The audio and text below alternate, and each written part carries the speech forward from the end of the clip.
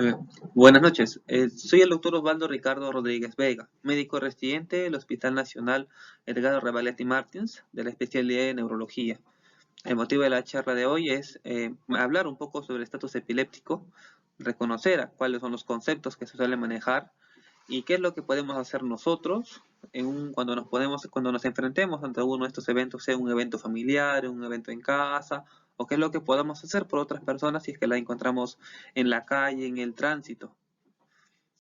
Como primera medida es definir a qué le llamamos nosotros un estatus epiléptico, una crisis epiléptica, una crisis compulsiva.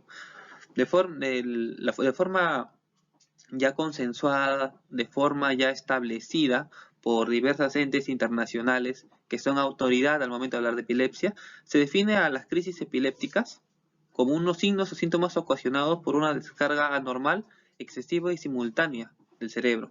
De esta forma, el cuerpo va a presentar alguna actividad, sea motora o no motora, como consecuencia de estas descargas eléctricas excesivas.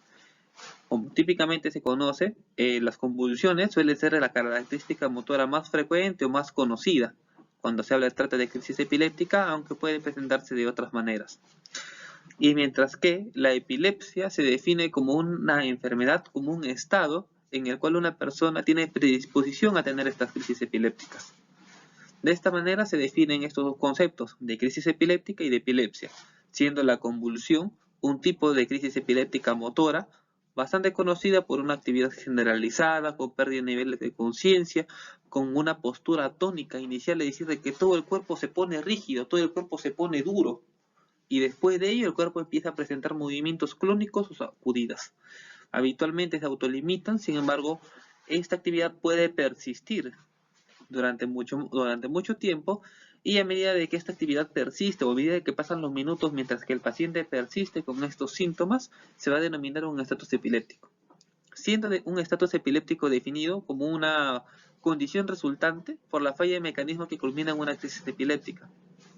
¿A qué se refiere esto? A de que habitualmente las crisis epilépticas se autolimitan. Cuando un paciente tiene una crisis epiléptica, se empiezan a activar algunos mecanismos en el cerebro para detener la crisis, pero cuando estos mecanismos que se encargan de detener la crisis fallan, ocurre un estatus. Asimismo, un estatus también puede ocurrir cuando se empiezan a activar mecanismos que perpetúan las crisis epilépticas y de esta forma pueden condicionar consecuencias a largo plazo, tales como muerte neuronal y secuelas neurológicas en estos pacientes. Entonces, como ya se había mencionado, la clasificación actual o las definiciones actuales de crisis epiléptica y epilepsia son definidas por organismos internacionales, en este caso la Liga Internacional de Lucha contra la Epilepsia, que es la ILAE, y da aquí algunos alcances generales de cómo suelen ser las crisis epilépticas. Pueden tener un inicio de alguna parte del cuerpo, denominándose inicio focal, pueden ser de un inicio generalizado, es decir, de que de golpe comienzan en todo el cuerpo, o puede tener un inicio desconocido, cuando un evento se desencadena sin ningún otro testigo y el paciente no es capaz de identificar con qué parte del cuerpo se inició. Entonces, ante una crisis epiléptica, muchas veces una convulsión, que se suele autolimitar cuando el paciente se encuentra con la crisis, nosotros como auxiliares alrededor del paciente tenemos que colocar al paciente primero en una situación en la cual el paciente no corra peligro. Si es que el paciente se encuentra en medio de una pista, sacarlo de la pista. Si es que se encuentra en un arroyo, en un lugar con agua, sacarlo del agua. Sacarlo principalmente de un evento que lo pueda condicionar a él o a la persona que lo auxilia a un peligro patente. Mientras que se realiza ello, nosotros tenemos que primero, dejar descansar la cabeza a la persona, evitar de que haya algún objeto obstructivo en la boca. Muchas veces se menciona de que cuando hay alguna crisis epiléptica, alguna convulsión, los pacientes tienden a morder su lengua. Eso es cierto. Y muchas veces algunas personas creen que se debe colocar algo en la boca para poder evitar eso. Eso muchas veces termina siendo más perjudicial que a favor del paciente, debido a que a veces por colocarle una media o algún lápiz en la boca, el paciente puede atragantarse. Y eso muchas veces conlleva a empeorar la situación del paciente. Lo importante es dejar descansar la cabeza del paciente, aflojar la ropa apretada, en caso el paciente tenga corbata o algún nudo, algún objeto por sobre el cuello, liberarlo para tratar de liberar la vía aérea y colocar a una persona en el suelo, y muchas veces se va a sugerir colocar a la persona de costado, de decúbito o reposado o en reposo por sobre su hombro izquierdo o su hombro derecho. ¿Por qué se suele hacer esto? Porque una vez los pacientes tienden a vomitar o a tener muchísimas secreciones mientras convulsionan. Incluso se menciona que a veces los pacientes botan espuma por la boca. En sí esa espuma es un conjunto de secreciones tales como saliva o secreciones procedentes de las vías aéreas superiores o nivel del esófago por arcadas que cursan en ese momento por las contracciones mismas, y es importante que el paciente las expulse debido a que en ese momento de convulsión el paciente no tiene los reflejos de la tos activado y con esas secreciones se puede aspirar. Todas estas saliva, todas estas secreciones pueden pasar al árbol bronquial y causar algunas complicaciones como neumonías aspirativas, entre otras. Entonces se sugiere colocar al paciente de costado. Esos suelen ser los primeros auxilios para un paciente con convulsión. Ahora, cuando la crisis epiléptica o la convulsión, en este caso, se autolimita, cede, basta con los mecanismos ya previamente descritos para poder haber ayudado a nuestro paciente, para poder haberlo sacado de una zona de peligro. Entonces, cuando el paciente está fuera de peligro y ya la crisis se ha autolimitado, muchas veces el paciente queda con un cuadro de confusión, con un cuadro de aletargamiento, confusión, pérdida de memoria, somnolencia posterior a la crisis epiléptica. En este caso, el paciente también tiene que ser auxiliado y se le tiene que referir a algún centro médico o ampliar con los familiares al costado cuál es el siguiente paso que suele hacer ante este tipo de situaciones.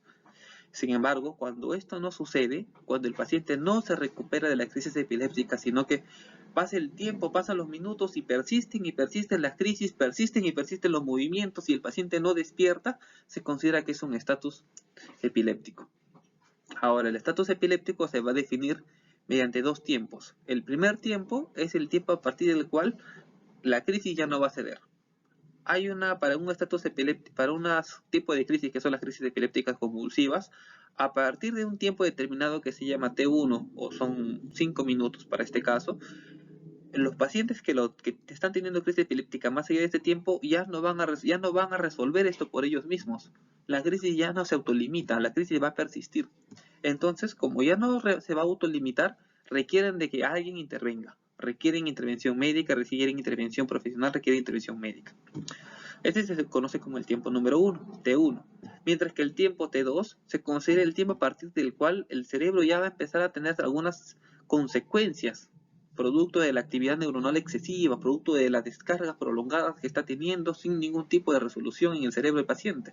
Entonces, no solo es la actividad motora que está teniendo por fuera, sino que esta actividad motora por fuera está reflejando lo que las descargas eléctricas están ocurriendo dentro del cerebro.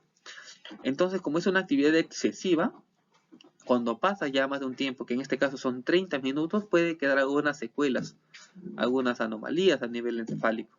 Entonces se tiene que evitarse llegar a este tiempo que son 30 minutos. Entonces tenemos dos tiempos, el T1 y el T2. El T1 que son 5 minutos para las crisis epilépticas convulsivas y el T2 que son 30 minutos para las crisis epilépticas convulsivas. T1 que es el tiempo a partir del cual las crisis ya no se van a resolver por sí solas, sino que requieren un tratamiento. Y el T2 que es el tiempo a partir del cual ya va a haber alguna secuela neurológica y en caso no se vaya a resolver para ese entonces, se requiere implementarse terapias más agresivas para poder solucionar el cuadro epiléptico en este momento. Bien, entonces tenemos ya las definiciones de crisis epiléptica, qué es lo que debemos hacer como primeros auxilios ante una crisis epiléptica, sea en nuestra casa, sea en alguna otra vivienda, sea en la vía pública, sea en el hospital. Tenemos claro a qué se denomina un estado epiléptico, cuáles son los tiempos a partir de los cuales uno va a considerar de que la crisis no se va a resolver por sí sola y cuáles son los tiempos a partir del cual el paciente puede quedar con secuelas neurológicas en caso la crisis no se haya resuelto hasta ese entonces. Y vamos a mencionar algunas definiciones adicionales ya del estado epiléptico per se. Entonces, se ha definido como el estado epiléptico cuando el paciente no se recupera de una crisis epiléptica, sino que ésta se perpetúa. Ante ese caso, se utiliza tratamientos de primera línea.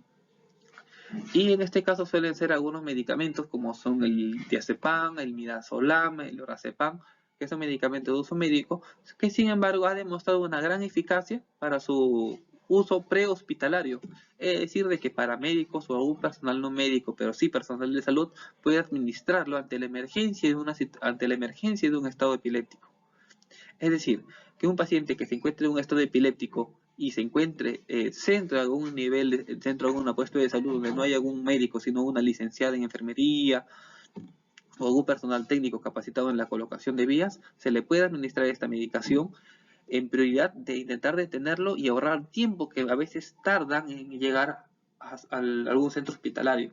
Se ha demostrado la utilidad, el beneficio y la seguridad de estos medicamentos a una dosis determinada para poder resolver hasta el 50% de los estados epilépticos.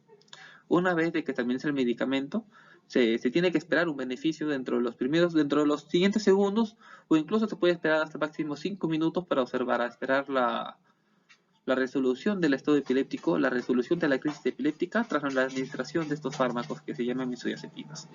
En caso no se haya logrado concluido que no se haya logrado detener la crisis epiléptica del estado epiléptico en esos 5 minutos, se puede administrar por segunda ocasión una dosis. Sin embargo, ante la falla de esta medicación para terminar la crisis epiléptica, se va a denominar un estado epiléptico establecido. En este caso se utiliza una segunda línea de tratamiento, que suelen ser otros fármacos, tales como fenitoína, ácido valproico y levetiracetam, que ya tienen consideraciones médicas un poco más rigurosas, que ya se tiene que tener un poco más de cautela para su administración, tener en cuenta la historia clínica del paciente, los antecedentes cardiológicos, y tienen que estar administrados también por un personal capacitado, debido a que muchas veces la administración de estos medicamentos se tiene que dar en concentraciones adecuadas, mediante algún acceso venoso adecuado y mediante un tiempo determinado, por lo que se puede recomendar en una atención prehospitalaria el uso de benzodiazepinas, tales como diazepam, midazolam, lorazepam, y en nuestro medio más que todo comúnmente usado el midazolam y el diazepam, y mientras se administra este medicamento, trasladar al paciente inmediatamente a un centro hospitalario para poder administrar la segunda línea de tratamiento en caso el estatus epiléptico no se haya controlado. En este caso, se espera de que hasta un 50% nuevamente de que los pacientes que reciban esta segunda línea resuelvan, y en caso no lo hagan, se va a denominar un estado epiléptico refractario, en lo cual muy probablemente merite su ingreso a UCI, o unidad de cuidados intensivos en un hospital, y en caso los síntomas persistan por más de 24 horas y no se logra controlar el estatus epiléptico en este tiempo, se va a denominar que es un estado epiléptico superrefractario, siendo un manejo ya prácticamente especializado en las unidades de cuidado intensivo.